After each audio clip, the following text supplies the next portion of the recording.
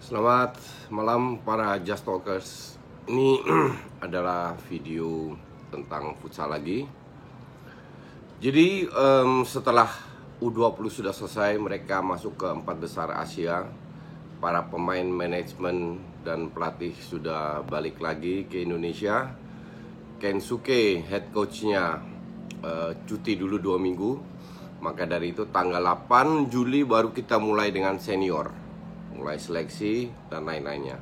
Nah, dengan video ini banyak orang tidak begitu tahu tentang timnas senior. Kenapa gue mau gabung lagi, kenapa target kita begitu tinggi sementara kita nggak pernah lolos di grup Asia 2 kali, Piala Asia terakhir nggak ikut, bahkan berapa tahun terakhir 3 kali lawan Myanmar, 3 kali lawan Malaysia. Tapi kenapa gue optimis bahwa kita bisa lolos ke Piala Dunia, oke? Biar terutama adik-adik yang baru kenal futsal tahu, sedikit mundur ke belakang. Terakhir gue pelatih timnas itu 2005, 2006 enggak, sampai 2009.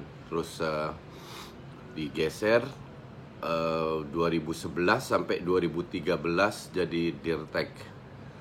2011 itu pas Johar Arifin naik, diminta lagi di bawah Pak Tony Aprilani jadi Dirtek sampai SEA Games Myanmar 2013 Desember. Oke. Pelatihnya Andri Rawan. Gue Dirtek untuk semua tim, cewek, muda, dan senior. Terus setelah itu gue vakum sampai tahun ini. Jadi 2013, 2019 6 tahun ya. Nah, 5,5 tahun lah, 5,5 tahun. Karena gue berhentinya Desember kan di 2013. 5,5 tahun. Terakhir Piala Asia yang gue ikutin itu 2012. Oke. 2012 kita tahu bahwa 4 besar Asia akan ikut ke Piala Dunia. Piala Dunia itu 4 tahun sekali. Jadi tahun depan ada 2020, 2016 dan 2012. 2016 itu di Thailand kalau nggak salah. Atau enggak, 2012 yang di Thailand karena gue kesana.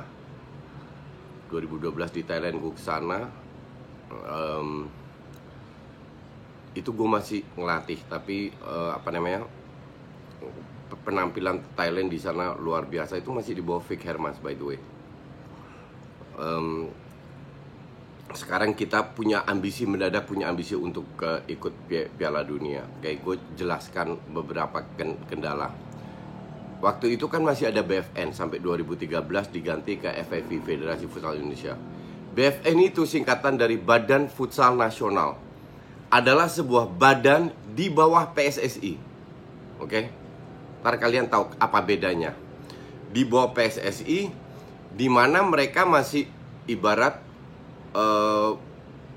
berkomunikasi dengan sekjen, pernah sekali-sekali dapat dana, karena itu hanya badan bagian dari PSSI. Oke. Sekarang semenjak 2014 itu menjadi Federasi Futsal Indonesia. Federasi Futsal sampai detik ini itu independen dengan ketuanya Pak Haritanu, memiliki cabang di beberapa daerah kayak Asprofnya lah. Itu bekerja sendiri, independen dalam arti begini, mereka kelola dunia futsal sendiri. Mereka memiliki wewenang untuk membuat kompetisi, timnas, dan lain. Hanya keluar negerinya komunikasi harus lewat PSSI. Karena FIFA, AFC hanya mengakui PSSI. Oke, bukan FFV. Tapi di lokal itu semua di bawah wewenang FFV. Jelas ya? Nah, FFV memiliki tujuan satu, adalah ujung-ujungnya membuat sebuah timnas. Oke. Kenapa timnas? Ya karena timnas merepresentasikan whole Indonesia. Untuk bisa membuat timnas yang canggih, kita butuh kompetisi yang canggih. Oke. Disitulah FFV membuat aturan memperbolehkan contoh 2 pemain luar. Kalau nggak salah 2 ya, 2 pemain luar memperbolehkan pelatih dari luar. Zaman dulu BFN nggak ada memperbolehkan itu. Dengan tujuan agar kompetisi kita meningkat, pemain-pemain lokal kita belajar bisa meningkat, sampai kita bisa menghasilkan sebuah timnas yang hebat. Ujung-ujungnya kan timnas dengan target mengikuti Piala Dunia. Dari 2014 sekarang ke 2020, ini yang realistis, momennya itu ada di sini. Oke.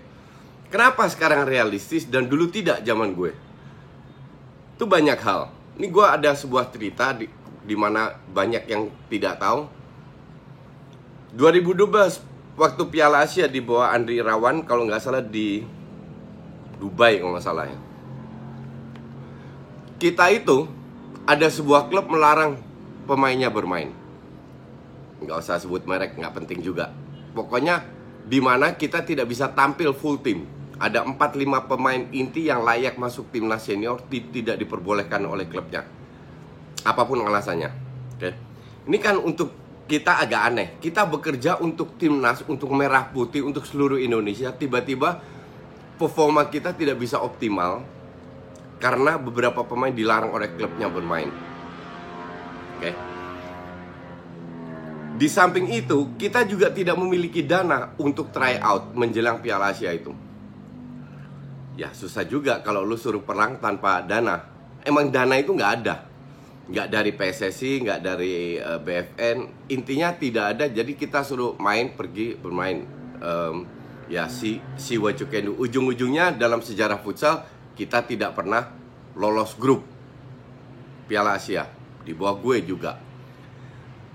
Yang lebih parah kan sekarang, lebih menurun lagi. Di bawah, bahkan 2020 ya, 2018, 2016 nggak lolos Piala Asia.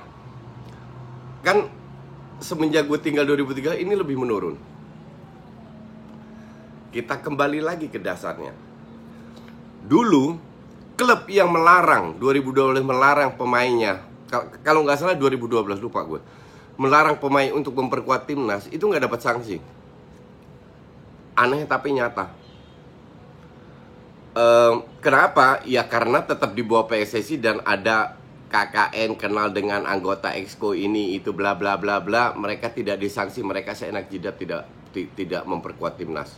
But that's okay, itu sudah lewat.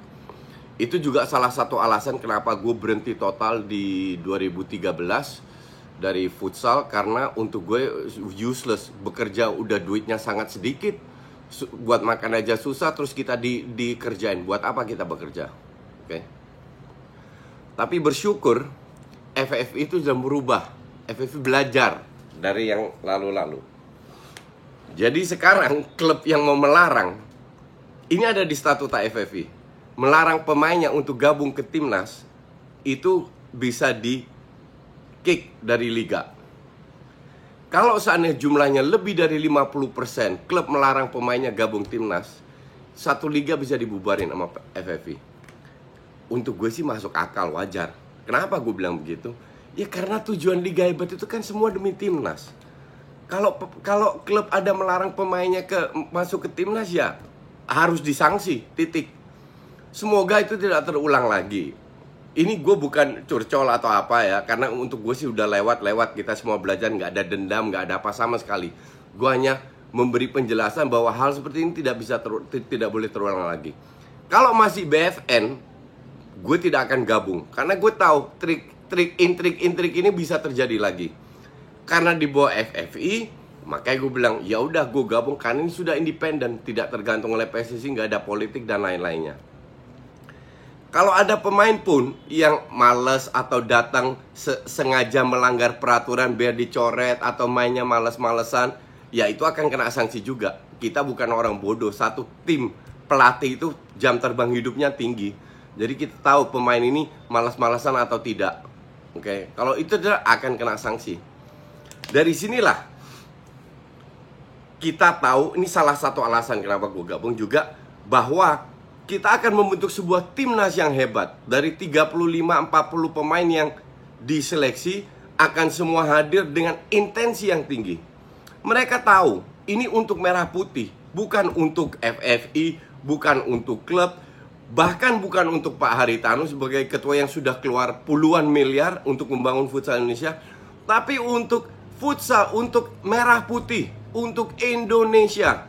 Pada saat kita sukses, imbasnya akan ke popularitas futsal. Kalau pemainnya bisa ikut Piala Dunia, pemain sukses, gaji mereka mau nggak mau pasti naik, pasti tinggi, dan mereka pasti diincar oleh klub-klub lain di luar Indonesia.